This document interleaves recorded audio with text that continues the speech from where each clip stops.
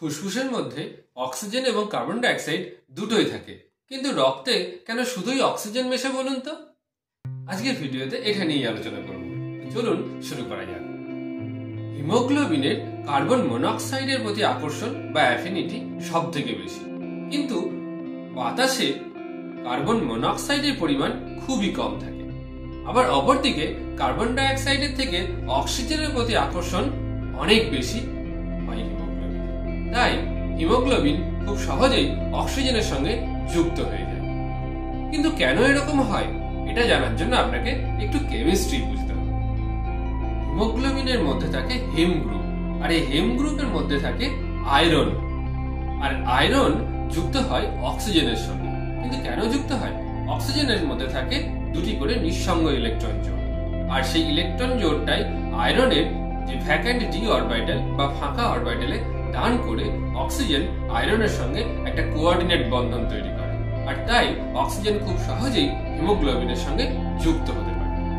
কিন্তু অন্যদিকে কার্বন ডাইঅক্সাইডের মধ্যে কার্বন অক্সিজেনের সঙ্গে অলরেডি বন্ধন করে থাকে, তাই অক্সিজেনের মধ্যে আর এই নিঃসঙ্গ ইলেকট্রন জোড় খুব একটা থাকে না বললেই চলে। তাই কার্বন ডাইঅক্সাইড আর আয়রনকে ইলেকট্রন দান করতে পারে না, তাই এফির সঙ্গে খুব দুর্বল বন্ধন তৈরি করে কার্বন ডাইঅক্সাইড। এখন ফুসফুসের মধ্যে অক্সিজেনের প্রেসার খুব বেশি থাকে, বিশুদ্ধ অক্সিজেনে ভরপুর থাকে ফুসফুস, তাই সেখানে অক্সিজেনের হাই প্রেসারের জন্য অক্সিজেন খুব সহজেই এই এফি অর্থাৎ আয়রনের সঙ্গে বন্ধন তৈরি করে এবং অক্সি হিমোগ্লোবিন বলে একটা যৌগ তৈরি করে। এবার এই অক্সি হিমোগ্লোবিন সমৃদ্ধ রক্ত হৃৎপিণ্ড পাম্প করে পাঠিয়ে দেয় কোষে কোষে, আর কোষের মধ্যে থাকে মাইটোকন্ড্রিয়া। সেই মাইটোকন্ড্রিয়াতে গিয়ে এই অক্সিজেন শোষিত হয়। বিভিন্ন জৈবিক ক্রিয়াকলাপে মাইটোকন্ড্রিয়া এই অক্সিজেনকে কাজে লাগায়, আর সেই সময় অক্সিজেন ছেড়ে দেওয়ার পর হিমোগ্লোবিন ফাঁকাই থাকে, আর সেখানে অক্সিজেনের চাপও কমে যায়।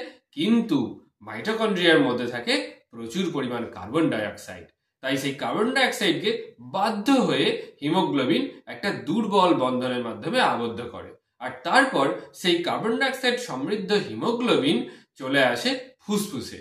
এবার ফুসফুসে আসার পর ফুসফুসে কি আছে? বিশুদ্ধ অক্সিজেন। বিশুদ্ধ অক্সিজেন এত প্রেসার দেয় যে ওই কার্বন ডাইঅক্সাইডের দুর্বল বন্ধন ভেঙে যায়, হিমোগ্লোবিন আবার অক্সিজেনকে ধরে এবং একইভাবে কোষের মধ্যে অক্সিজেনকে পরিবহন করে নিয়ে যায়। আর এই পদ্ধতিটা চক্রাকারে চলতেই থাকে যতক্ষণ আমরা বেঁচে থাকি। আজকের ভিডিও এই পর্যন্তই।